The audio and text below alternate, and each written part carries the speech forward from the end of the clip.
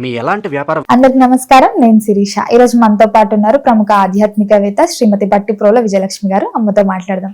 అమ్మ నమస్కారం. నమస్కారం అమ్మా. అమ్మ, ముఖ్యంగా నాకున్న డౌట్ ఏంటంటే, చాలా మంది ఏదైనా భయం అయినా లేకపోతే మన లోపల ఏదన్నా శారీరక ఇబ్బందులు ఉన్నా చాలా మంది సజెస్ట్ చేస్తారు, ఆధ్యాత్మిక పరంగా చూసుకుంటే హనుమాన్ చాలీసా చదవండి బాగుంటుందని. సో హనుమాన్ చాలీసా చదవాలంటే ఎలాంటి నియమాలు పాటించాలంటారు? ముఖ్యంగా రోజుకి ఎన్నిసార్లు చదవచ్చు అంటారు? తెలియజేయండి అమ్మా. హనుమంతుడు అంతటువంటి భక్తుడు ఇంకొకరు లేరు. హనుమంతుడు మిత్రుడు వంటి భక్తుడు అనమాట, స్నేహితుడు. అందుకే అసలు నీ అంత గొప్ప స్నేహితుడు నాకు ఇంకొకరు లేరు అని రాముడు ఆలింగనం చేసుకుంటాడు. అటువంటి భక్తుడు హనుమంతుడు. అంతేకాదు, రాముడి అవసరం ఏదో తెలుసుకుని రాముడికి సీతను దగ్గర చేర్చిన వాడు హనుమంతుడు. అసలు సీతను వెళ్ళి కష్టపడి కనుక్కుని అక్కడ ఉన్నదని చెప్పి ప్రతిసారి లక్ష్మణుడు రాముడికి ఎంత ప్రియుడో తెలుసు. అటువంటి లక్ష్మణుడికి ప్రాణాపాయం వచ్చినప్పుడు ఆ లక్ష్మణుడిని సంజీవనితో బతికించినవాడు ఆంజనేయుడు. కనుక ఇతనున్నాడే ఈ హనుమంతుడు. ఈయన అసలు ఎంత గొప్ప వ్యక్తిత్వమో వీటన్నిటిలో మనకి తెలుస్తుంది. అంటే ఇంకొకరికి సహాయం చేయాలంటే, ఇంకొకరితో స్నేహం చేయాలంటే, ఇంకొకరితో దాస్యం చేయాలంటే, ఇంకొకరికి అంటే తన ప్రభువు లాంటి వారికి అంతకంటే గొప్పవాడు అసలు ఇంకొకరు కనిపించరు మనకి. అంత గొప్ప భక్తుడు, స్నేహితుడు, సఖుడు, దాసుడు హనుమంతుడు. అంతేకాదు, గొప్ప దూత కూడా. దూతల్లోకెల్లా గొప్ప దూత. అంటే దూతల్లోకెల్లా గొప్ప దూత కృష్ణుడు అని చెప్తాం. కానీ కృష్ణుడు ఒకందుకు దౌత్యం చేశాడు, హనుమంతుడు ఇంకొకందుకు దౌత్యం చేశాడు. ఈ హనుమాన్ చాలీసా చదివితే చాలా గొప్ప ఫలితాలు వస్తాయి. అసలు ఎటువంటి కష్టాలైనా నివారణ అయిపోతాయి అని. ఎందుకంటే ఆ చాలీసాలోనే, చాలీస్ అంటే హిందీలో 40 అని అర్థం. చాలీసా అంటే 40 లైన్ల స్తోత్రం. అది ఆ 40 లైన్ల స్తోత్రంలో ఎలా కష్టాలు పోతాయో, ఎలా ఇతను రాముడికి ప్రియుడో, ఎలా ఇతను లక్ష్మణుడికి ప్రాణాలు దానం చేశాడో, ఎలా రాముడు నువ్వు నాకు భరతుడితో సమానమైనటువంటి వాడివి అని అన్నాడు. కహా భరత సమతుమ ప్రియభాయి అన్నాడు. అంటే నా భరతుడు ఉన్నాడే నా ప్రియభాయి, ఆయనంతటి వాడివి నువ్వు అని అంత గొప్పగా కీర్తించాడు అనమాట. అంటే అంత గొప్ప స్థానం హనుమంతుడికి ఇచ్చాడు. ఇలాంటి హనుమంతుడి గురించి చెప్పుకోవాలంటే సామాన్యంగా చాలదమ్మా, అంత గొప్ప వ్యక్తి. ఈ హనుమాన్ చాలీసా రాసింది ఎవరంటే తులసీదాసు. రామచరిత మానసం అని దాంట్లో మొత్తం రామాయణం అంతా తులసీదాసు రచించాడు. మొట్టమొదటి మూల రామాయణం నారదుడు వచ్చి వాల్మీకి చెప్పాడు. తర్వాత వాల్మీకి రామాయణం ఆది కావ్యం అనుకుని మనం పిలిచేటటువంటి రామాయణం రాశాడు. ఆ తర్వాత ఎంతోమంది ఎన్నో రామాయణాలు రాశారు. రామభక్తులందరూ రామాయణాలు రాశారు. వాటిలో తులసీదాసు రాసిన రామాయణం రామచరిత మానస్. అప్పుడు రాస్తున్నప్పుడే హనుమంతుడి గురించి ప్రత్యేకంగా రాయాలని ఈ భాగాలు రాశాడు ఆయన. ఈ భాగాలు రాసినప్పుడు దాంట్లో భాగంగా రాసినప్పుడు ఈ 40 శ్లోకాల స్తోత్రం ఏంటంటే, ఇప్పుడు చాలా పురాణాల్లో, చాలా ఇలాంటి కావ్యాల్లో కొన్ని ప్రత్యేకమైన స్తోత్రాలు ఉంటాయి. ఆ స్తోత్రం చేస్తే అది ఎవరో మహామహులు చేసినటువంటి స్తోత్రాలు అన్నమాట. అలాంటి స్తోత్రాలు చేస్తే ఆ దోషాలు పోతాయి. కనుక అలాంటి వాటితో ముఖ్యమైనది హనుమాన్ చాలీసా. తేలిగ్గా 40 లైన్లు కదా, ఎవరైనా చదివేసుకుంటారు. ఈ హనుమాన్ చాలీసాలో చదువుకుంటే ఎన్నిసార్లు చదవాలి, ఏ రోజున చదవాలి, ఇలాంటివన్నీ ఉన్నాయి. హనుమంతుడు పుట్టినరోజు నాడు చదువుకుంటే, అంటే మంగళవారం, అందుకే ఆ రోజు చదివితే ఆయనకి ఇష్టం. అలాగే శని హనుమంతుడు స్నేహితులైపోయారనమాట. శని హనుమంతుడిని పూజిస్తే ఆయన పట్టుకోడు. కనుక శనివారం నాడు హనుమాన్ చాలీసా చదివితే మంచిది, హనుమంతుడు పూజ చేస్తే మంచిది.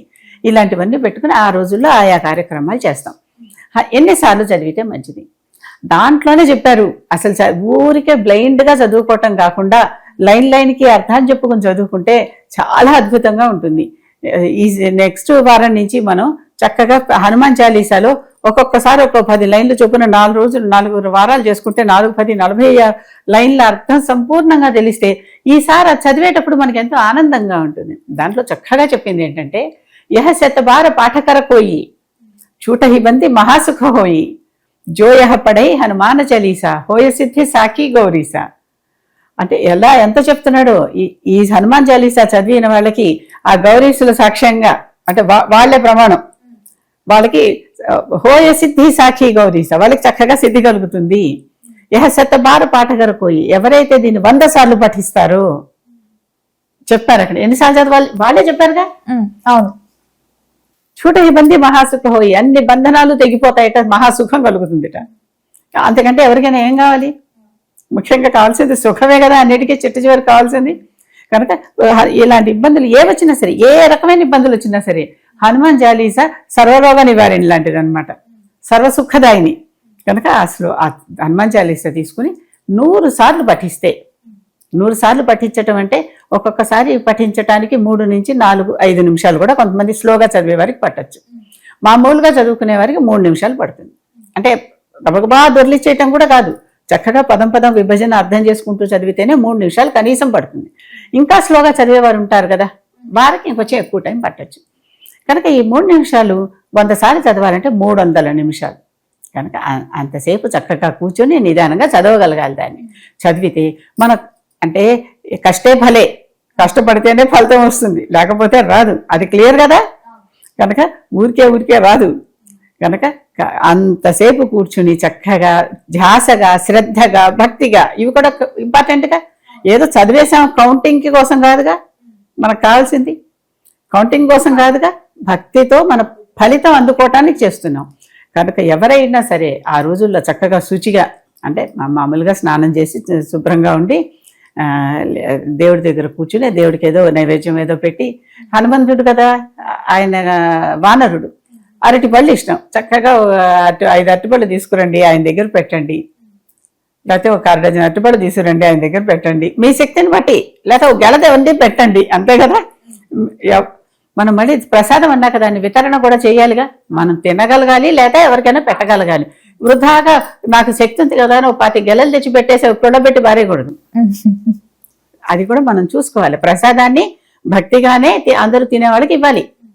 కనుక అది ఎంత చేయగలరో అంత, ఒక అరటిపండు పెట్టండి చాలు అన్నమాట. అక్కడ పెట్టి హనుమంతుడా నువ్వు ఇది ఆరోగించు, నేను ఈ లోపల ఇవి చదువుతాను అని చెప్పి చేసేది. ఇలా చేస్తే తప్పకుండా ఫలితం వస్తుంది. మీకు బంధనాలన్నీ తొలగిపోయి మీకు సుఖం కలుగుతుంది. గౌరీశుడే దీనికి సాక్ష్యము. అంటే ఎవరు? ఆ శివపార్వతులు ఉన్నారే, ఆ శివుడు ఆయనే సాక్ష్యము. ఆయన సాక్ష్యం ఏంటి? హనుమంతుడు రుద్రాంశలో పుట్టాడు, శివుడి అంశలో పుట్టాడు హనుమంతుడు.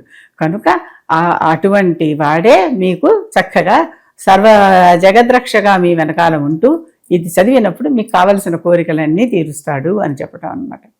కనుక హనుమాన్ చాలీసాలో ఉన్నవి చూడండి ఎంత చక్కగా వాళ్ళే చెప్పారు కదా.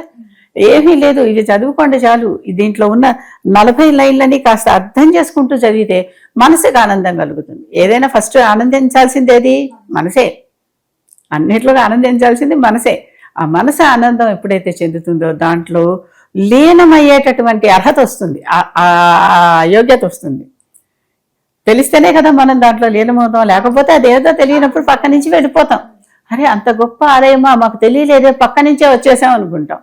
ఆ విగ్రహం అంత గొప్పదా మాకు తెలియదే, పక్క నుంచే వచ్చేసాం అనుకుంటాం. వరల్డ్ వార్లో మన ఇండియన్ సోల్జర్స్ అందరూ పార్టిసిపేట్ చేసిన దానికి గుర్తుగా మనకి సరిగ్గా చాదర్ఘాట్ బ్రిడ్జ్ దగ్గర ఒక స్తూపం కట్టారు. ఆ స్తూపం పక్క నుంచి లక్షల మంది రోజు వెళ్ళిపోతారు. ఆ స్తూపాన్ని చూడని కూడా చూడరు. అక్కడ విక్టరీ ప్లే గ్రౌండ్ అని ఉంది. విక్టరీ అనే మాట దాని నుంచే వచ్చింది. విక్టరీ ప్లే గ్రౌండ్ కట్టారు. దాంట్లో భాగంగా అక్కడ పెద్ద స్తూపం రోడ్డు మీదకే ఉంటుంది. పక్క నుంచి అంటే ఏంటి, మనకి దాని విలువ తెలియకపోతే ఎంత చెప్పినా, ఎంత గొప్పదైనా, ఎంత మహత్తైనదైనా ఎవరు పట్టించుకోరు.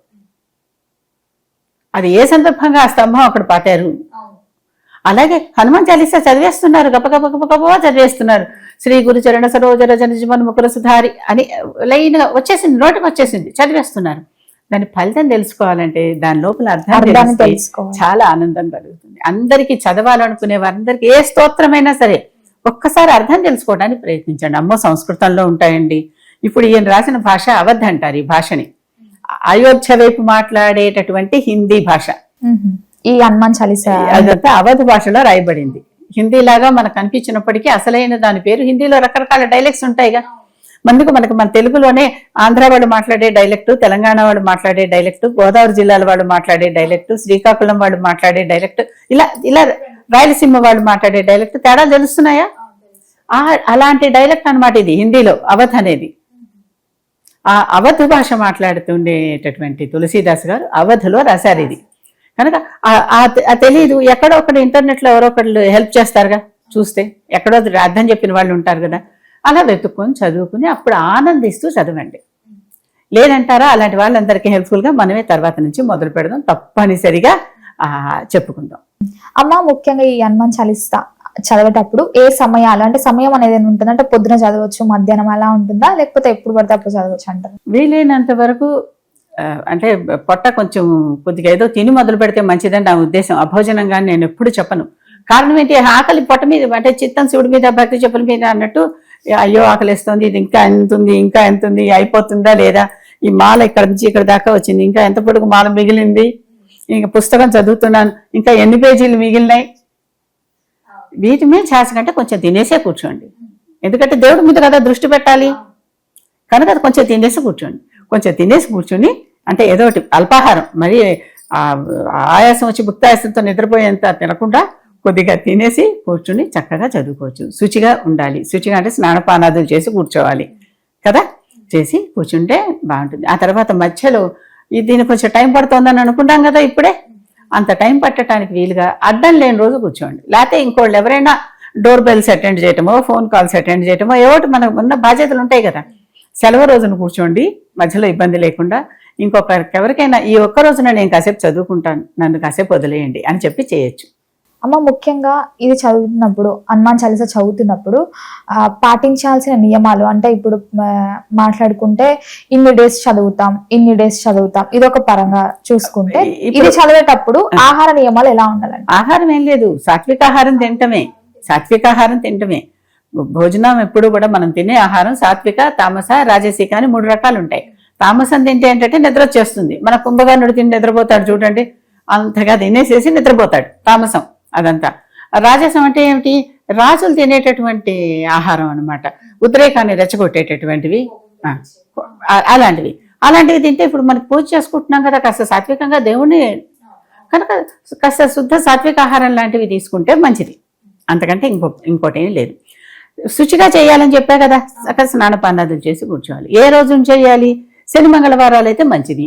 ఇంకో రోజైనా కూడా చేసుకోవచ్చు, ఎప్పుడైనా కూడా ఆయనే మనమే, ఏం అది మార్పు లేదు. కనుక అక్కడ అలాంటప్పుడు చక్కగా కూర్చుని ఇన్నిసార్లు చదువుకోవటానికి వీలుందా లేదా. ఇప్పుడు మేము ఒక్కసారి 300 నిమిషాలు అంటే ఎన్ని గంటలు పట్టిందో ఆలోచించండి. కనుక అంతసేపు మేము కూర్చోలేమండి, కాళ్ళు నొప్పులు పెడతాయి, పెద్దవాళ్ళం అయిపోతున్నాం, లేకపోతే మరి మాకు వేరే బోలెడు పనులు ఉంటాయి. అలాంటి వారికి ఇంకొక పరిహారం ఏంటంటే, ఇంకొక ప్రత్యామ్నాయం ఏంటంటే, ఒక మండలం రోజులు చేయండి. మండలం అంటే 40 రోజులు చేయండి. రోజుకు 11 సార్లు చేయండి. మండలం రోజులు చేయండి. మండలం రోజులు చేయాలంటే ఆడవాళ్ళకి అడ్డాలు వస్తాయి కనుక ఆ అడ్డాలు 4 రోజులు తప్పనిసరి, 4 రోజులు తప్పనిసరి. 5వ రోజు నుంచి పూజార్హత ఉంది కనుక అప్పుడు చేసుకుని మళ్ళీ మొదలు పెట్టుకుని 4 రోజులు అప్పుడు ఎక్స్టెండ్ చేయండి తర్వాత.